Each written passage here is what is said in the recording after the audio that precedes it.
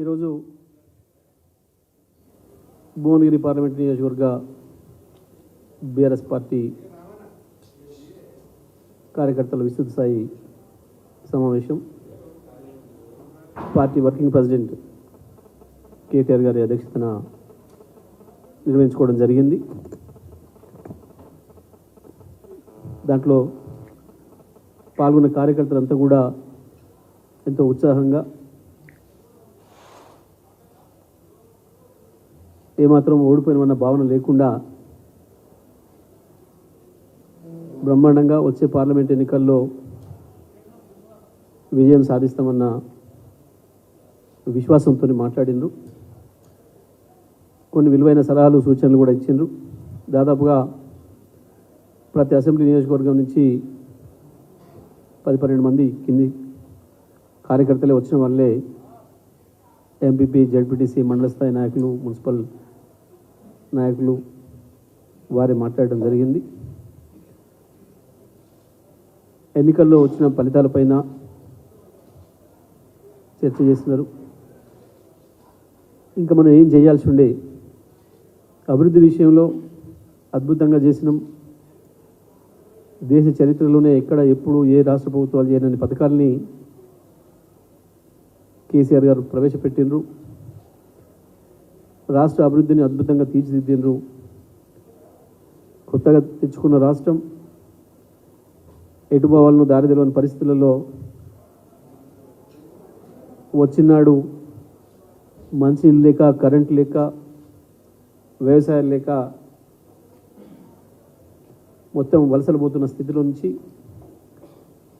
ఇవాళ మళ్ళీ పట్టణాల నుంచి తిరిగి గ్రామాలకు వలసలు మొదలయ్యే పరిస్థితి తీసుకొచ్చి వ్యవసాయ రంగాన్ని కూడా అద్భుతంగా చేసి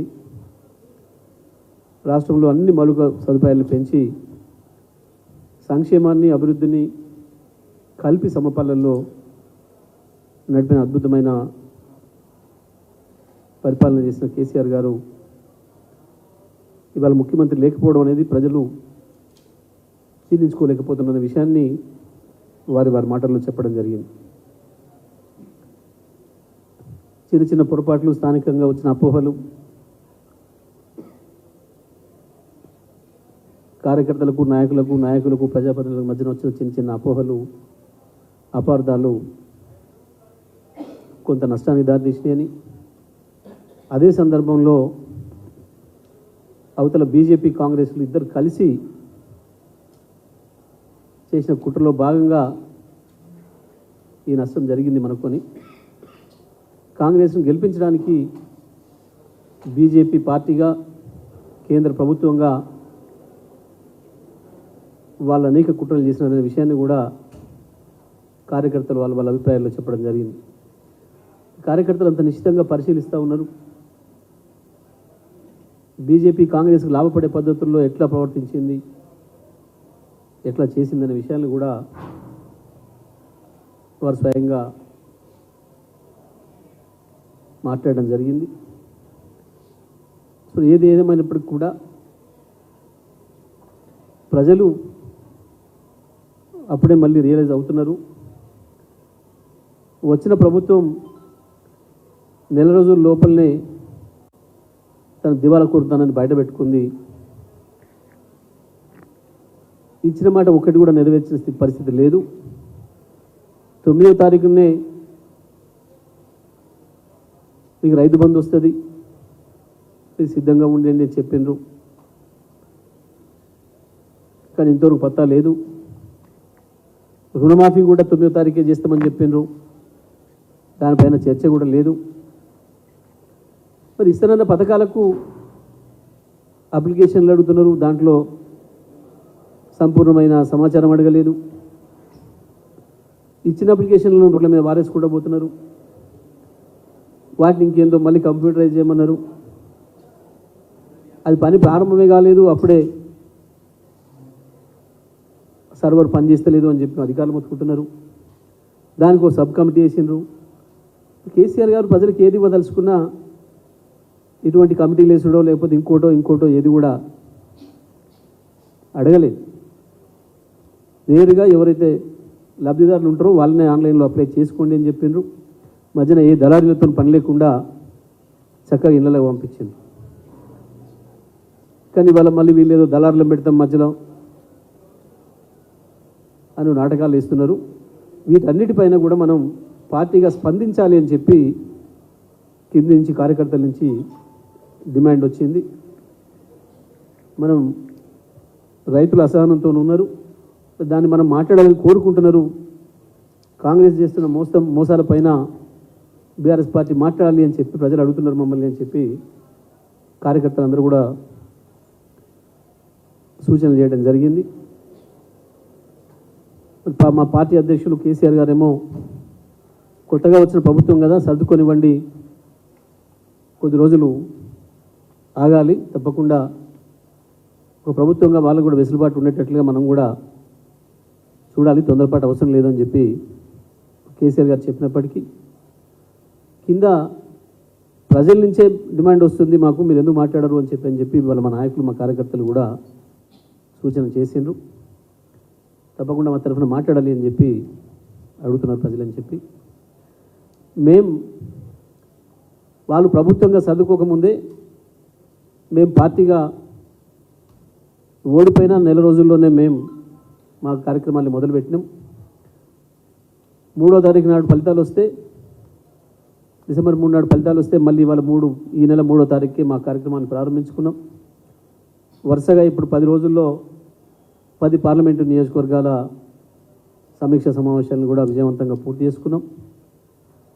మరి మిగతా 7 కూడా ఈ నెలలోనే పూర్తి చేస్తాం. తప్పకుండా కార్యకర్తలలో బ్రహ్మాండమైన ఉత్సాహం ఉంది.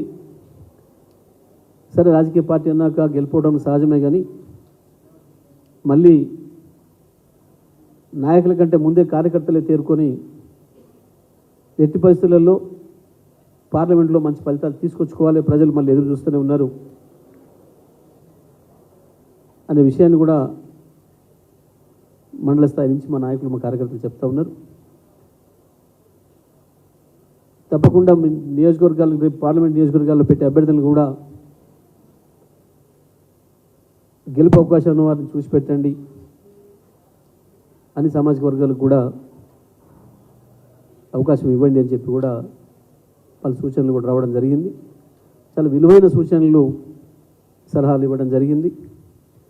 చాలామంది వాళ్ళ అభిప్రాయాన్ని రాసి కూడా ఇచ్చినారు. కేసీఆర్ గారికి పంపించండి మా అభిప్రాయాలని చెప్పి, మరి అవి కూడా అన్ని కార్యకర్తల అభిప్రాయాలు కూడా రాసిచ్చినవి కూడా మేము మా అధ్యక్షులు కేసీఆర్ గారికి రోజు సాయంత్రం పంపిస్తూ ఉన్నాం. వారు కూడా అవన్నీ చూసి అవసరమైనప్పుడు అందులో కొంతమందికి ఫోన్లు కూడా చేసి మాట్లాడడం జరుగుతూ ఉంది. మీరు ఈ అభిప్రాయానికి ఎట్లా వచ్చినారు, ఏంటి, మీకు ఎట్లా వచ్చింది, ఆలోచన ఏంటి అనే విషయాన్ని కూడా వారు కూడా అడిగి తెలుసుకుంటూ ఉన్నారు. తప్పకుండా తెలంగాణ ప్రజల్లో ఒక భావన, కేసీఆర్ గారిని మేము అనవసరంగా కోల్పోయినాము, అనవసరంగా వారిని ముఖ్యమంత్రిగా చూడలేకపోవడం అనేది మాకు ఇబ్బందిగా ఉందనే మాటను మాత్రం అన్ని నియోజకవర్గాలు, అన్ని శాసనసభ నియోజకవర్గాల నుంచి వచ్చిన కార్యకర్తల నుంచి మాత్రం స్పష్టంగా వినపడతా ఉంది. తప్పకుండా కార్యకర్తల ఆలోచనలు, అభిప్రాయాల మేరకు దీన్ని ఇంకా కింది స్థాయిలో, నియోజకవర్గ స్థాయిలో కూడా నిర్వహించాలని చెప్పి కూడా ఇవాళ ఒక సూచన రావడం జరిగింది. మరి దాన్ని కూడా పెద్దలు కేసీఆర్ గారి దృష్టికి, మా పార్టీ అధ్యక్షుల వారి దృష్టికి తీసుకుపోయి వారి ఆదేశాల మేరకు దాన్ని కూడా ఆలోచన చేస్తామని చెప్పి మా వర్కింగ్ ప్రెసిడెంట్ కేటీఆర్ గారు కూడా చెప్పడం జరిగింది.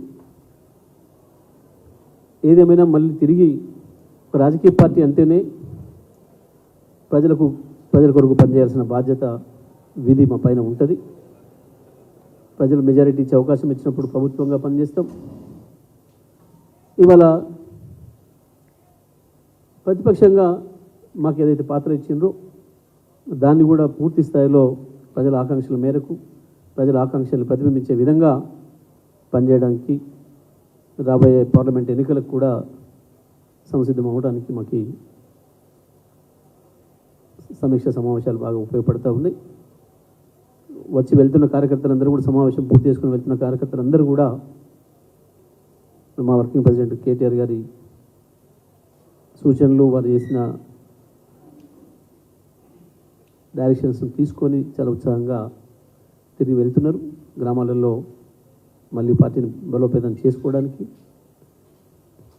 రాబోయే రోజుల్లో మంచి ఫలితాలు తీసుకోవడానికి, ప్రజల తరఫున కొట్లాడడానికి సంసిద్ధులైపోతున్నారు. ఇదే సందర్భంలో ఇంకొక విషయాన్ని కూడా వారు మా దృష్టి తీసుకోవడానికి ప్రయత్నం చేసిండ్రు. కొన్ని నియోజకవర్గాల్లో, కొన్ని జిల్లాల్లో కాంగ్రెస్ పార్టీ వారు భౌతిక దాడులకు పాల్పడుతున్నారు, పోలీసులను దుర్వినియోగం చేస్తూ ఉన్నారు, వాళ్ళే దాడులు చేసి వాళ్ళే కేసులు పెడుతున్నారు. ప్రోటోకాల్ విషయంలో కూడా చాలామంది ఎమ్మెల్యేలను పిలవకుండా, లేదా ఎమ్మెల్యేలు వచ్చిన కార్యక్రమం చేయకుండా, లేదా స్థానికంగా మా జడ్పీటీసీలు, మా ఎంపీపీలు, మా జడ్పీ చైర్మన్లను కూడా ప్రోటోకాల్ పాటించకుండా ఇబ్బందులు పెడుతున్న విషయాన్ని కూడా మా దృష్టికి తీసుకురావడం జరిగింది. దీనిపైన కూడా మరి అధికారులతో మాట్లాడి మరి ఏ పద్ధతుల్లో అధికారులకు ఆదేశాలు వచ్చేటట్టు చేస్తారో పై స్థాయి అధికారులతో కూడా మాట్లాడాలని, మరి ఎటువంటి విషయంలో కూడా అధిష్టానం జోక్యం చేసుకోవాలి, అలర్ట్గా ఉండాలని చెప్పి కూడా వారు కోరడం జరిగింది. తప్పకుండా ఏదైతే కాంగ్రెస్ దాడులు చేస్తుందో దానిపైన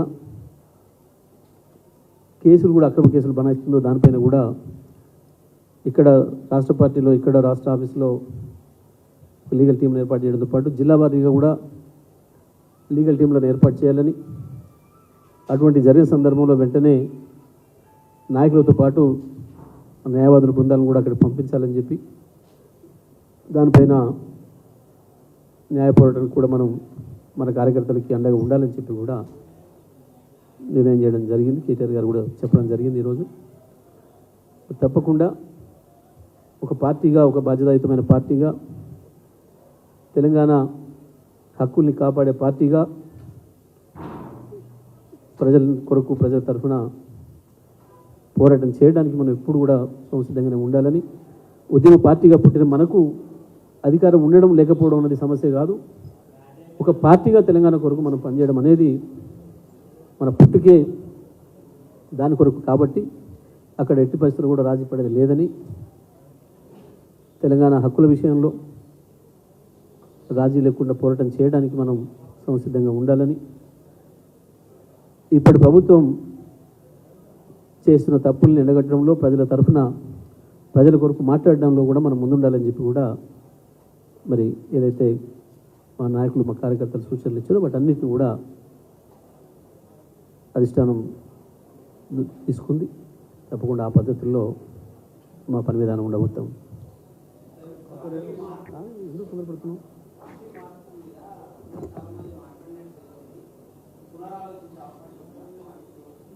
దాని మీద ఏం మాట్లాడలేదు. ఒకరో ఇద్దరు అట్లాంటి కూడా ఏమన్నా ఉండేనా, ఇది కూడా కారణమా అనే ఒక సందేహాన్ని మాత్రమే వెలువచ్చింది తప్ప అట్లాంటిది ఏదో మార్చాలనే సూచన రాలేదు. మొన్న ఓటమికి అది కూడా ఏమైనా కారణమైందా అనే మాటను ఒకరిద్దరు అనుమానం వ్యక్తం చేశారు. బట్ ఎందుకంటే ఫలితం మొత్తం వ్యతిరేకంగా లేదు. మేము కూడా 39 సీట్లు గెలిచినాం కాబట్టి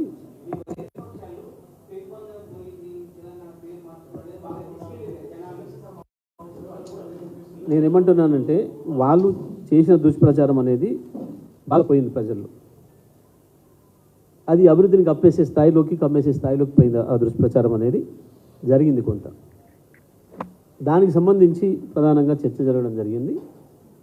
ఇది కూడా ఒకరో ఇద్దరు అనుమానం, సందేహాన్ని వ్యక్తం చేశారు. అదేమైనా ఉండి ఉంటుందా అనేది సందేహాన్ని వ్యక్తం చేశారు తప్ప అంత నిశ్చయం లేదు.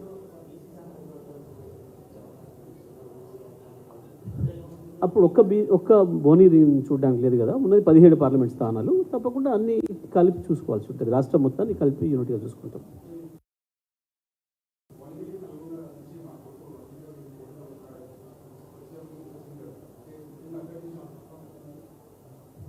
మేము మొత్తం 17 పార్లమెంటరీ స్థానాల్లో ఎక్కడెక్కడ ఎవరు అయితే బాగుంటుంది, ఎవరు బలమైన అభ్యర్థులు, ఎవరు ఏందని అన్ని ఆలోచన చేసుకొని కేసీఆర్ గారు తర్వాత ప్రకటిస్తారు. దానికి సంబంధించి ఇప్పుడు దానిపైన అభ్యర్థుల పైన చర్చ కాదు ఇది. అసలు అభ్యర్థుల చర్చే ఉండదు ఇక్కడ. అభ్యర్థుల చర్చ ఉండదు, చర్చ లేదు ఎక్కడ, ఇక మీరు దాన్ని బంద్ చేయండి. కానీ అభ్యర్థుల చర్చ లేదు అని చెప్తున్నాను స్పష్టంగా. అభ్యర్థులకు సంబంధించిన చర్చ కాదు ఇది. నియోజకవర్గానికి సంబంధించిన భవిష్యత్తు కార్యాచరణకు సంబంధించిన చర్చ. దానికి ఇంతసేపు ఎందుకు ప్రశ్న? మళ్ళా స్పష్టంగా పార్టీ భవిష్యత్ కార్యాచరణ కొరకు నిర్వహించుకున్న సమీక్ష సమావేశం. ఇది అభ్యర్థుల కొరకు చర్చలు బహిరంగ సభలలో చేరు. అభ్యర్థుల్ని అధిష్టానం నిర్ణయిస్తుంది అన్నీ ఆలోచించుకొని. 17 నియోజకవర్గాలు ఉన్నాయి కాబట్టి రాష్ట్ర యూనిట్గా ఎక్కడెక్కడ ఎవరు పెడితే బాగుంటుంది అనేది అది ఆలోచన చేసి దాని సందర్భం వచ్చినప్పుడు ప్రకటిస్తారు. నామినేషన్లు మొదలే కాలేదు, ఇంకా నోటిఫికేషన్ మొదలు కాలేదు, దాని గురించి చర్చలు ఎందుకు ఇప్పుడు? తొందరపడి పోయొద్దు కదా. ధన్యవాదాలు. అయ్యా అయ్యా సామాజిక వర్గాల సమీకరణ కూడా చూస్తే బాగుంటుందనే సూచన వచ్చింది. అంతే, సహజమైన. రైట్.